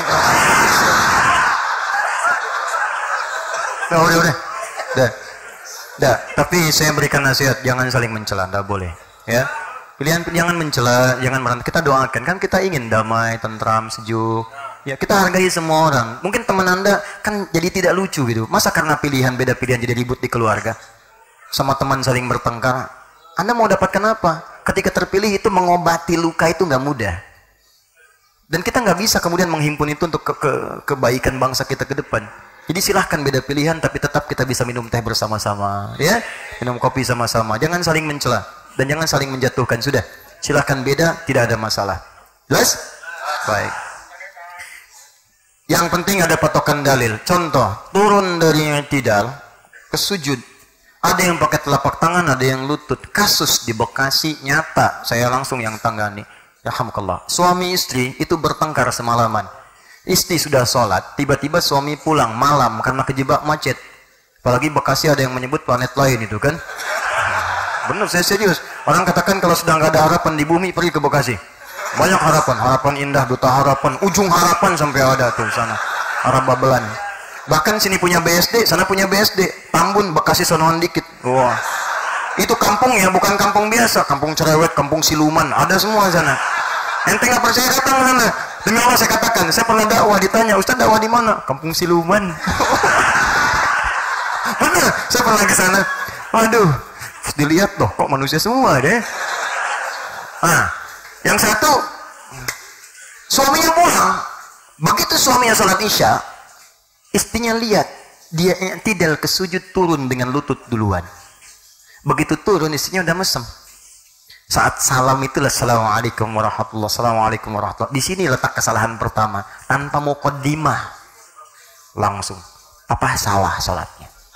Wah, ini dia nih. Sedangkan dalam Al-Quran, lelaki itu, suami itu disebut rijal. Ar-rijalu qawwamuna 'alan nisa. Quran surah 4 ayat 34. Sifat rijal itu diantara sifatnya sebagai pemimpin. Pemimpin. Sedangkan sifat dasar pemimpin itu apa ciri khasnya? Tidak mau dipimpin. Dia hanya menerima masukan, tidak menerima saran. Apalagi kemudian teguran tanpa muqaddimah. Makanya di surat Yusuf, suami diibaratkan dengan matahari yang punya sinar dahsyat. Ya, dia bisa mengeringkan yang basah, menyengat saat butuh perlindungan. Makanya suami disebut dengan mentari. Inni ra'aitu ahada asyara kawkaba wasyamsa wal qamara ra'aituhum li sajidin. Syamsa disebutkan dengan ayah, laki-laki, suami. Karena fungsi suami melindungi keluarga sebagai pemimpin. Kalau ada yang macam-macam sangat dia lindungi keluarga. Tapi kalau pipi istri Anda basah karena sesuatu persoalan, maka keringkan air mata itu dengan kalimat-kalimat yang indah. Tulis status. Nah, itu yang materi. Bulan beda. Bulan itu memantulkan cahaya. Makanya kalau antum pengen lihat keindahan, jangan lihat matahari. Lihat bulan. Malam keluar, lihat bulan. Kenapa lihat bulan indah? Demikianlah perempuan. Begitu dia tampil indah. Untuk siapa? Untuk mahramnya. Pulang indah. Pulang indah. Itu yang terjadi di rumah tangga antara Nabi dengan Sayyidah Khadijah. Sehingga ketika salah satu pun sudah tidak ada, itu kebayangannya masih ada. Dalam mimpi terbawa dikatakan Khadijah, Khadijah, Khadijah. Keindahannya masih nampak. Pantulannya hadir dalam mimpi. Padahal di sampingnya Sayyidah Aisyah. Kata Sayyidah Aisyah, ya Rasulullah, kenapa Khadijah, Khadijah, Khadijah? Kenapa tidak Aisyah? Apa keistimewaannya? Maksudnya ingin mengikuti supaya disebut juga oleh Nabi. Maka dikatakan oleh Nabi, dialah perempuan pertama masuk Islam, membela aku dalam suka dan duka. Dia menyerahkan hartanya untuk dakwah, membela aku dalam rumahnya saat di luar ada kemudian serangan-serangan. Disebutkan di Al-Bukhari nomor hadis yang keempat sampai dengan kelima, hadis riwayat Jabir radhiyallahu taala anhu, saat Nabi turun dari Gua Hira setelah peristiwa Iqra, belum pernah melihat Jibril, malaikat Jibril dengan rupa sesungguhnya pada asalnya. Di saat periode Iqra itu menyamar dari laki-laki, dipeluk Nabi, tapi belum pernah melihat rupa asalnya. Setelah itu kemudian di siang hari turun dari Gua Hira, wahyu belum turun. Tengah-tengah jalan tiba-tiba ada suara Muhammad, Muhammad. Nah aku nengok kanan tanpa orang, kiri tidak ada, depan belakang kosong. Aku lihat ke atas, maka ada orang yaqudu bainas samai wal ardh. Ada sosok, bukan orang, sosok duduk antara langit dan bumi begini. Dan belum pernah aku lihat sebelumnya, manggil-manggil namaku. Beginilah paling gampangnya. Mas Ali Untung itikaf di sini sampai jam 2:30 keluar dari masjid, dan nggak ada orang, kosong. Begitu keluar, Ari Untung, nengok kanan kiri nggak ada orang, depan belakang kosong. Begitu ke atas, jubah putih, rambut panjang, Ari kamu untung apa rugi, Ari? Pertanyaan saya, posisi Anda pada situ bagaimana? Sudah. Udah. Kata Nabi fara'ibtu minhu, udah nggak sempat nanya lagi. Apa? Nggak bisa. Kata Nabi fara'ibtu minhu, bulu kudukku naik. Aku merasakan takut. Jadi takut itu biasa. Yang tidak biasa itu takut beramal soleh. Itu yang salah. Kalau takut pada maksiat atau takut yang wajar itu biasa, manusiawi. Manusiawi. Maka teman-teman, apa yang terjadi? Kata Nabi, bulu kudukku naik, aku meninggalkan tempat itu karena belum kenal dengan malaikat Jibril. Maka aku bergegas ke rumah. Begitu nyampe rumah, dibukalah pintu oleh sang rembulan itu, Sayyidah Khadijah. Begitu dibuka, setengah kegelisahanku hilang. Gimana caranya tuh? Rembulan ditatap indah, ngelihat wajah istri, akhwat yang di bawah, itu begitu melihat suami wajah istri, Allahu Akbar, hilang kegelisahannya. Kata Nabi, zammiluni, zammiluni, tolong selimuti aku. Dibawa oleh Sayyidah Khadijah, masuk kamarnya, dibentangkan selimutnya. Keluarlah kalimat yang indah itu. Bima makna dalam ungkapan kita, zaujul karim, sayang, engkau itu orang baik. Engkau selalu membantu orang, menjalin silaturahim. Engkau tidak punya musuh. Yakinkan pada jiwamu yang paling dalam, aku akan bersamamu dalam suka dan duka. Maka begitu tenang, turunlah kemudian malaikat yang tadi sudah tenang keadaannya. Maka turun membawa wahyu surah ke-74. Ya ayyuhal muddaththir, qum fa'anzir wa rabbaka fakabbir. Itu asbabun nuzulnya. Tapi peran pentingnya, pesan yang paling hebatnya, gimana caranya tuh begitu melihat istri, bulan dibuka, Masya Allah. Itu semua masalah tuh tenang, hilang. Itulah rembulan. Kalau bisa begitu, Masya Allah. Antum pulang kantor, rahmukallah, banyak masalah di kantor. Kalau bisa demikian tuh luar biasa. Nyampe ke rumah, diketuk, ting tong, assalamualaikum, Masya Allah. Dibuka oleh istri, dah senyum-senyum. Nambah masalah. Bisa ya? Wah, karena senyumnya pasti senyum persoalan dia. Ya. Itu gimana caranya tuh? Bulan. Jangan ditukar. Ini yang jadi masalah, bulan jadi matahari, matahari jadi bulan. Itu yang repot. Bulan nggak usah jadi matahari. Walaupun ada masukan, sampaikan dengan keindahan. Sehingga kalau ditatap tuh enak. Ini sudah tahu bulan pengen jadi matahari. Dengan kekuatan bulan, aku mau hukummu. Repot di selormon, ya. Ya. Nah ini tadi begitu, tanpa mukadimah tiba-tiba langsung. Apa bahasanya? Sederhana. Papa salah. Harusnya sholatnya kenapa, Pak? Kenapa, Mah? Papa harusnya tadi saat sujud telapak tangan dulu, bukan lutut. Ya suami disalahkan nggak mau membela, mama yang nggak baca hadisnya tuh. Padahal besoknya dua-duanya itu ngaku ke saya, Pak, dua-duanya nggak baca, nggak tahu dua-duanya. Dia yang satu belajar di Ustadz A, satu belajar di Ustadz B. Yang satu bilang lutut, satu bilang telapak tangan. Begitu datang tuh pagi-pagi. Saya bilang, Bu, Pak, sebetulnya dua-duanya itu ada. Oh gitu, nggak pakai oh. Adanya di kitab Sunan Abu Daud. Nih, Sunan Abu Daud. Saya terangin loh. Abu Daud, Sunan itu kitab hadis yang disusun urutan fikih. Jadi kalau Anda ingin mencari masalah fikih dari hadis, cari kitab Sunan. Ya, paham? Jadi ada Jami, ada Sunan, ada Mu'jam, ada Musnad. Sunan ambilnya. Abu Daud, ini nama kunyah, nama aslinya Sulaiman. Asalnya dari Sijistan, dikenal dengan Sulaiman As-Sijistani. Hafal 500.000 hadis. Hafalnya bukan cuma hadisnya, sanadnya. Orang-orang sampai ke Nabi hafal semua. Yang kalau ditanya kualitasnya pun hafal, nih sahih, ini dhaif. Ya ini maudhu, ini matruk, ini mungkar. Lincah, lancar, ringan. Sehingga kata Ibnu Qayyim al-Jauziyah, kalau dulu ada Nabi Daud bisa melunakkan besi dengan tangan, ini Abu Daud bisa melunakkan hadis dengan lisan. Maka populerlah dengan sebutan Abu Daud. Saya sebutkan, coba Anda buka kitabnya, lalu lihat nomor hadisnya, teman-teman sekalian, 800 kemudian 38.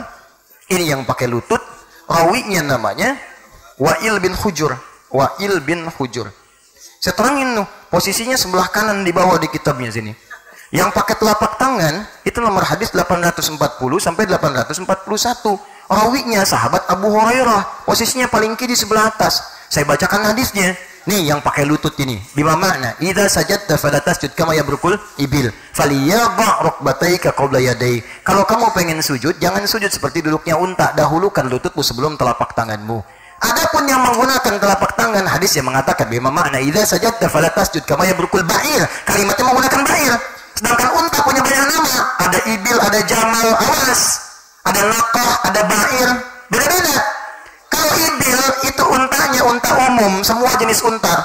Kalau ba'ir unta tunggangan. Kalau jamal, awas. Jamal, jamalun, nggak pakai alif. Itu unta jantan. Awas, beda antara jamalun dengan jamalun lain. Kalau jamalun unta jantan. Kalau jamalun sifat ganteng. Sifat ganteng, ya. Kalau sifat itu melekat pada diri seseorang, maka berubah dari jamal jadi jamil. Jamilun ganteng. Misal nama antum Saiful, ya kan? Antum ganteng, maka antum turunkan Saiful Jamil misalnya. Nah, itu ganteng. Sifat. Tapi kalau namanya jamal mesti pakai alif. Jamalun, hati-hati, antum ummah di visa ditulis salah tulis pakai ini. Jamalun harusnya pakai alif, nggak pakai alif. Jamalun itu bisa bikin heboh di imigrasi Saudi. Nah, ini takut nih. Naqah unta betina, makanya unta Nabi Saleh itu naqah. Naqatallahi wa suqiyaha fakadzabuhu fa'akharuha. Nah, kalau kita paham itu nanti kita akan mantap menafsirkan hadis dan ayatnya. Ketika Nabi menyebutkan fala tasjud kama yabrukul ba'ir, jangan kamu sujud seperti duduknya unta ba'ir, unta tunggangan. Faliyaba yadaika qabla rukbataika, letakkan telapak tanganmu sebelum lututmu. Kenapa yang pertama menggunakan lutut, yang kedua hadisnya menggunakan telapak tangan? Redaksinya unta biasa, yang kedua unta tunggangan. Teman-teman, nih lihat baik-baik. Pada yang pertama ini yang meriwayatkan Wa'il. Wa'il itu lebih dulu masuk Islam yang dibandingkan sahabat Abu Hurairah. Sejak awal udah masuk Islam, Nabi sudah masih kuat ikut perang Badar, perang Uhud, ini udah Islam. Beliau melihat Nabi sholat dia menggunakan lutut turunnya. Tapi Abu Hurairah masuk Islam 3 tahun sebelum Nabi wafat. Tahun ke-7 Hijrah. Nabi wafat kurang lebih usia 63 tahun. Berarti kalau 3 tahun sebelum Nabi wafat 60 tahun. 60 tahun itu diriwayatkan hadis-hadis yang Nabi sudah mulai melemah. Kadang sholatnya pakai tongkat, kadang menyandar. Ini normal, kalau orang sudah semakin sepuh, masalah pertama ada pada apanya? Pada lututnya. Makanya di hadisnya disebutkan seperti unta tunggangan yang sudah punya beban. Lututnya bermasalah. Maksud Nabi bukan karena tua dan mudanya, karena orang muda pun bisa cedera. Sedang Muhammad Salah misalnya kan, di sliding sama yang lain, atau dipiting sama Sergio Ramos, ya kan, tiba-tiba jatuh. Nah, misal saya hafal tuh. Anda mau tanya apa? Kemarin MU seri, draw, saya tahu 1-1. Kemudian Liverpool seri, saya tahu babak pertama menit ketiga dibalas menit ke-45 lawan Leicester City, saya paham. Manchester City kalah 2-1 sama Newcastle United, saya tahu. Ya, ayo sekarang pertamanya Liverpool beda 5 poin, kedua Manchester City, ketiga Tottenham Hotspur, keempat kemudian masuk ke Arsenal, ya Chelsea, kemudian Arsenal, kemudian Manchester United. Mau tanya apa? Saya tahu Juventus 3-0, dosa. Ya. Juventus kalah 3-0 keluar dari Copa. Roma digulung 7-1, saya tahu. Ya, Neymar sedang cedera, saya tahu. Mourinho sedang nggak punya job, cuman di Bein Sport jadi komentator, saya tahu. Ayo, apakah saya nonton? Tidak. Enggak ada. buang-buang waktu, nggak ada kerjaan. Ngapain nonton sesuatu yang bisa dilihat beritanya besok? Kita lihat kan. Dan kita nggak ninggalin tahajud. Antum ngapain nukar tahajud, nukar surga dengan bola? Antum malam-malam teriakan tahajud, zikir, apa yang gitu-gitu bisa dilihat. Ini udah malamnya nonton, subuh kesiangan ditanya nggak tahu. Ya. Bapak di kampus konya, satu-satu yang boleh siapa? Lupa saya. Lupa. Kita harus nonton tahu. Kita nonton tahu. Ayo mau tanya apa? Itu dong. Jadi maksudnya supaya kita itu bisa diskusi, bisa diarahkan kepada yang baik. Tapi nggak harus buang-buang waktu. Ini nonton iya, udah nggak tahu lagi gitu kan? Nggak ada informasi, hidup lagi. Ya. Insya Allah saya senang baca, Ya. Ini Ustaz Dedi ini, ya beliau senang juga tuh. Udah di musik nanti kita bahas tuh, udah lain waktu ya, ada ikhtilaf apa. Ya saya hafal tuh notasi. Cuman saya nggak seperti beliau. Mungkin saya nggak cenderung, beliau kerjakan, ada dalilnya. Tapi kalau tanya notasinya hafal saya. CDF, GBC, D, FIS, G, FIS, A, FIS, GIS A, FIS, GIS, B, CIS, E, FIS, GIS ASB, FIS, GIS ASB, CIS ASB, CIS ASB, GIS ASB, CIS. Tuh, judi, oh apa ya? Cuman saya nggak bisa. Ayo ulangi. Oh, apa saya?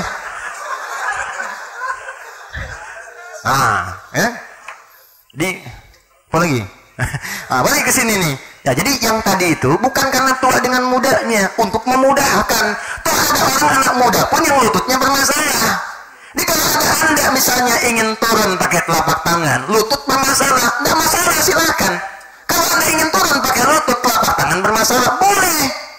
Dan jangan saling mencela. Ini ada orang turun pakai telapak tangan, tua kayak. Bukan. Kan bisa ribut gitu. Ini yang satu pakai lutut, yang telapak tangan bilang bidah, hadis dhaif. Capek. Ih, pakai telapak tangan boleh, pakai lutut sah. Yang tidak benar pakai kepala duluan.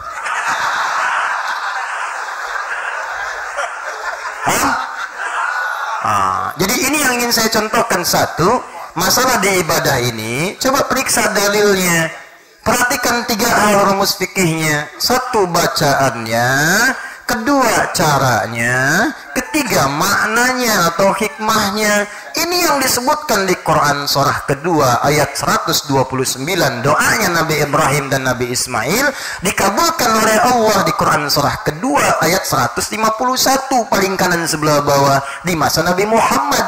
Nabi diutus untuk ngajarin kita dengan 3 aspek ini. Rabbana wab'ath fihim rasulan minhum yatlu alaihim ayatika, bacaan, wa yu'allimuhumul kitaba, ini cara, wal hikmah, hikmahnya, wa yuzakkihim, muncul akhlak, innaka antal azizul hakim. Dijawab oleh Allah di masa Nabi Muhammad, kama arsalna fikum rasulan minkum yatlu alaikum ayatina wa yuzakkikum wa yu'allimukumul kitab wal hikmah wa yu'allimukum ma lam takunu ta'lamun. Di kalau masalah fikih kita belajar di 3 hal ini. Apa bacaannya, bagaimana caranya, apa maknanya. Nih yang ketiga ini sering gagal nih. Saya sangat sayang sekali. Banyak orang mengerjakan ibadah cuma fokus pada yang 2, yang ini yang nggak digali. Sehingga kata Al-Quran halus tapi tajam. Banyak orang sholat nggak paham, nggak ngerti apa yang dibaca dan dilakukan dalam sholatnya. Bagaimana sholat antum bisa khusyuk? Banyak orang umrah nggak paham apa yang dikerjakan dalam umrahnya. Putar-putar saat tawaf. Tapi nggak ngerti apa yang dibaca. Padahal Anda kalau paham saat tawaf itu, kalau paham itu anugerahnya besar. Nih, baru mulai di Hajar Aswad sampai ke makam Ibrahim, Anda ucapkan Subhanallah walhamdulillah wa la ilaha illallah. Ini ada rahasia besar di Quran surah 19 ayat 45 sampai dengan 49-nya. Yang bisa mengamalkan ini, maka semua doanya akan dikabulkan oleh Allah, bahkan yang mustahil menurut manusia. Makanya Nabi Ibrahim tidak cukup dengan amin.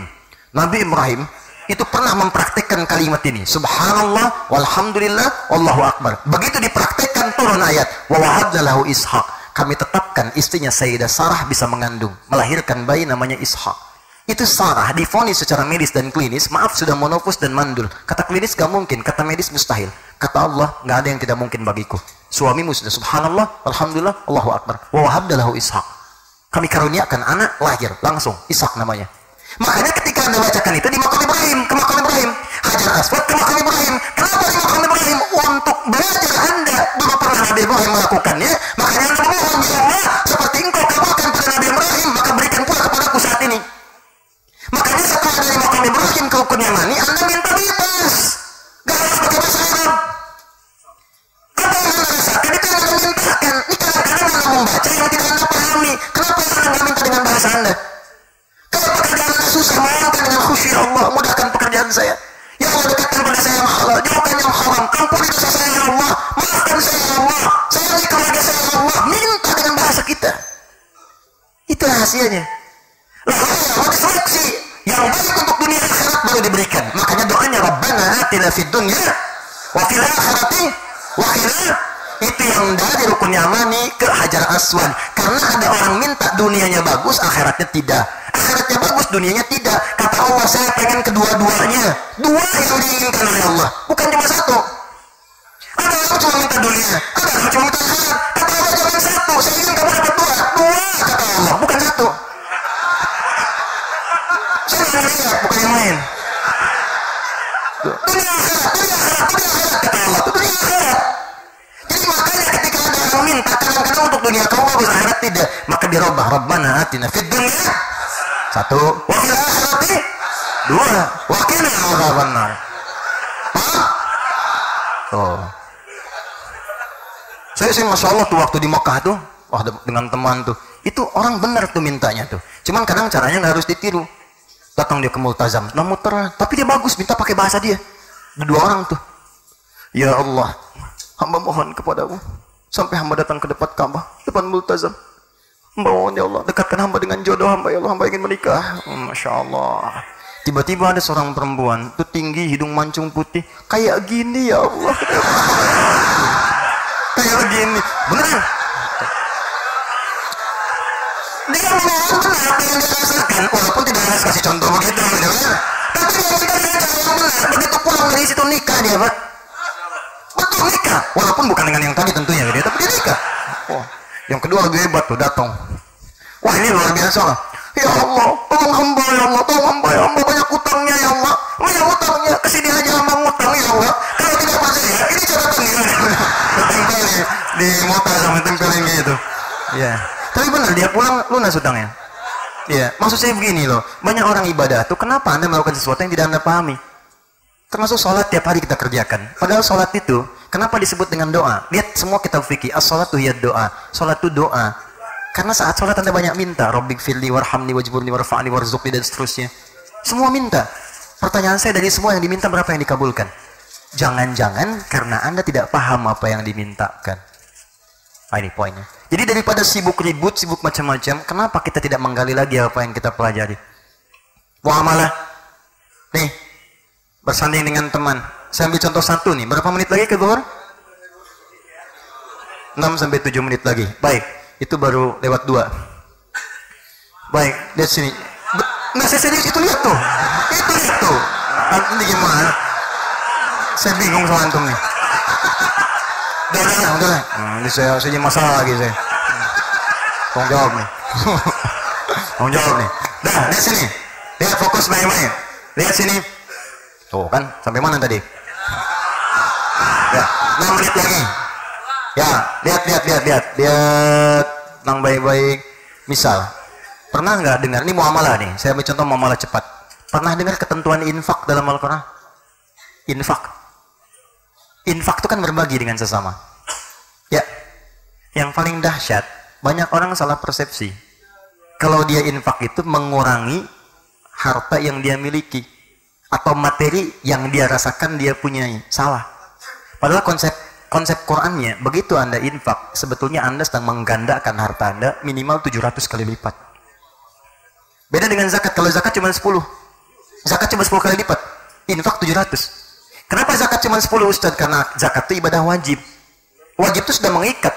Nggak disuruh juga sudah harus keluar. Tapi infak itu sunnah. Ini yang menarik nih. Pilihan. Nggak keluar pun nggak dosa. Cuma kok bisa dia zakat keluar, infak keluar. Makanya dimuliakan oleh Allah. Infak lebih besar daripada zakat, pahalanya 700. Dalilnya Quran surah kedua, ayat 261. Perhatikan baik-baik. Paling kiri sebelah atas. Mathalul ladzina yunfiquna amwalahum fi sabilillah. Orang yang infak diniatkan karena Allah. Kamathali habbatin, seperti menanam satu benih. Ambatat sab'a sanabil, tumbuh jadi 7. Fi kulli sumbulatin mi'atu habbah. Setiap 7 ini punya lagi 100 benih yang baru. 1 kali 7 kali 100, 700 kali lipat. Ini belum selesai ayatnya. Sering orang putus sampai di sini. Padahal kata Allah, wallahu yudha'ifu liman yasha' wallahu wasi'un alim. Allah akan melipat gandakan tanpa batasan pada yang tidak pernah berhitung. Jadi kalau Anda berhitung 700, saya masukin nih 10.000 nih. Terus saya masukin 100.000 dengan harapan dapat 700 kali lipat, maka akan dibalikin 700 kali lipat. Tapi kalau Anda tak pernah berhitung, bahkan nggak mau ketahuan orang lain. Ya Allah, saya punya cuma 500 rupiah ya Allah. Masukin, ikhlas, nggak pernah berhitung. Dan saat dimasukin pun dijaga supaya nggak ada bunyinya. Nggak pengen dia masuk ya. Alhamdulillah masuk. Udah tuh, itu bisa 7.700 bahkan 7 juta kali lipat Allah berikan kepadanya. Jadi kalau orang paham dengan berinfak itu menambah harta materi, nggak akan ada orang nggak berani nggak infak. Dia keluarkan, dan tidak harus dengan uang, ada makanan, ada pakaian, ada macam-macam. Itu lipat gandakan, dan bukan harus keluar nominal yang sama. Maksudnya kalau infak uang keluar uang belum tentu. Anda infak uang, datangnya proyek, datangnya sehat, nggak sakit. Ini kalau dikonversi 700 kali lipat dari sebelumnya. Itu cara melihatnya. Dijaga supaya tenang, nggak banyak masalah. Kalau masalah datang konsultasi keluarnya 700 kali lipat. Bisa jadi. Kalau rumusnya mudah, ketenangan itu lebih penting kadang-kadang dari harta yang dipegang. Kaya tapi gelisah, miskin tapi tenang, pilih. Oh, udah. Terus, itu itu selalu dibawa. Jadi kalau paham rumus ini, maka keluarkan hadisnya. Praktekkan di muamalah, termasuk anugerah terbesar, berinfak untuk juga saudara kita yang non-muslim. Karena urusan muamalah itu kita bisa bersama-sama. Artinya libatkan orang sekitaran kita. Mungkin tetangga Anda non-muslim. Lihat ini kata Nabi, orang yang masak makanan, baunya sampai ke tetangganya, maka bagilah ia walaupun cuma kuah. Kencang sekali. Ya. Maksud kuahnya itu jangan baca terjemahan. Jangan Anda makan opornya, kuahnya kasih orang. Bukan begitu. Walaupun Anda masak kuah, bagi supaya bagian dari kebaikan. Tapi belum selesai hadisnya. Lihat, hadis itu tidak pernah mengatakan walaupun tetangga Anda misalnya cuma muslim saja, tidak. Semua tetangga. Mungkin Anda tinggal samping Anda Kristen, Hindu, Buddha, masak. Nyampe baunya. Walaupun nggak nyampe, niatkan saya berbagi karena Allah. Begitu Anda niatkan, maka makanan itu insya Allah jadi hidayah bagi dirinya. Begitu datang, sampaikan, ketok pintunya. Begitu dibuka, ada apa Pak? Ini ada makanan, saya mau sampaikan. Bapakku baik sekali, bukan baik. Allah memerintahkan saya untuk berbagi. Dia mendengar kalimat Allah dari hati yang paling dalam. Makan. Kan rumusnya gini, kalau halal masuk, haram keluar. Begitu yang halal masuk, yang kurang baik keluar, maka mudah mendapatkan hidayah. Besoknya pintu rumah Anda diketuk tiba-tiba. Sudah bisa salam, Assalamualaikum. Wah, begitu dibuka, kok si Fulan Assalamualaikum. Indah. Tiba-tiba dia berkata, Pak, apakah Allah sudah memerintahkan berbagi lagi hari ini? Oh, salam. Nggak apa-apa. Tapi enak gitu, nikmat, jalan. Tuh, sampaikan. Balik sekarang lagi musim buah tuh. Musim rambutan, musim apa. Mungkin ada nanam kan, ke samping. Non-muslim, bagi. Jangan tunggu dia minta. Dan jangan dilewat, hati-hati. Yang muslim dikasih muslim, kasih rambutan, kasih mangga. Pak, bagus ya rambutannya. Enak sih Pak, cobaan sayang. Bapak kafir. Wah, itu mah keterlaluan. Udah, ini udah mau masuk ke duhur. Saya mau tanyakan, siap kita bersatu insya Allah? Siap kita memberikan yang terbaik untuk bangsa insya Allah? Ya, kita harus berubah. Negeri kita negeri kaya, negeri kita negeri hebat. Kita berikan inspirasi dan pesan kepada dunia bahwa insya Allah Indonesia akan bangkit menjadi negara yang menginspirasi dunia dengan nilai-nilai kemanusiaan tertinggi dan nilai-nilai kebaikan yang insya Allah memberikan kemakmuran untuk seluruh masyarakatnya, bangsa kita. Kita doakan mudah-mudahan semuanya berlangsung dengan damai, tentram, nyaman, kita dipersatukan oleh Allah Subhanahu wa taala dengan kebaikan. Dan dari Masjid Raya Bintaro ini kita menyeru kepada seluruh umat Islam khususnya, mari kita bersatu, kita tingkatkan ketakwaan kepada Allah, kita jalin persatuan dari latar belakang manapun untuk mendapatkan ridha Allah Subhanahu wa taala. Siap insyaallah? Sepakat? Takbir. Subhanakallahumma wa bihamdika asyhadu an la ilaha illa anta astaghfiruka wa atubu ilaik. Allahumma rabbana atina fid dunya hasanah fil akhirati hasanah wa qina adzabannar. Allahumma taqabbal minna innaka antas samiul alim wa tub alaina innaka antat tawwabur rahim. Allahumma rabbana la tad'a lana fi maqamina hadha wa fi kulli maqamin dhanban illa ghafarta. Doa ya Allah, kalau ada yang hadir datang di masjid ini membawa lumuran dosa, jangan biarkan dia meninggalkan masjid ini kecuali Engkau telah ampuni segala dosa-dosanya. wala hamman illa farajtah. Ya Allah, kalau ada yang datang ke tempat ini membawa kegelisahan di jiwanya, jangan biarkan ia pulang kecuali Engkau telah tenangkan keadaan hatinya. Allahumma wala asiran illa yassartah. Ya Allah, jika ada yang datang membawa kesulitan, jangan biarkan ya Allah, jangan biarkan dia meninggalkan tempat ini kecuali Engkau telah mudahkan segala kesulitannya. Allahumma tubna ilaika ya rabbal alamin. Ya Allah, kami bertobat kepadamu dari segala maksiat yang kami kerjakan. Ya Allah, la tawaffana ya Allah illa wa nahnu muslimin. Ya Allah, mohon jangan sampai Engkau wafatkan kami dalam keadaan sedang bermaksiat. Ya Allah, mohon wafatkan kami dalam keadaan sedang tobat dan beramal soleh. Kami bertobat ya Rabbal Alamin. Satukan hati-hati kami dalam cinta dan kebaikan. Alif baina qulubina, asli ahwalana. Perbaiki kami dan keluarga kami ya Allah. Kami mohon ampun jika di keluarga ada dosa karena bagian dari sumbangsih kami. Allahumma ya Allah irfad ulama'ana ya Allah, ja'alhum mukhlasin. Ya Allah, mohon jaga para ulama kami, jadikan mereka orang-orang ikhlas dalam berdakwah. Waj'al umara'ana ya Allah udala, dan mohon jaga para pemimpin kami, jadikan mereka adil dalam setiap pemimpinan mereka ya Arhamar Rahimin. Allahumma ya Allah wahid sufufana waj'al baladana Indonesia ya Allah balatan thayyibatan wa anta tarda anha.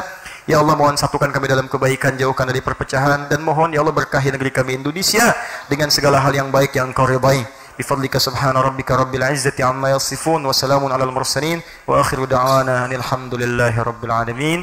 Assalamualaikum warahmatullahi wabarakatuh.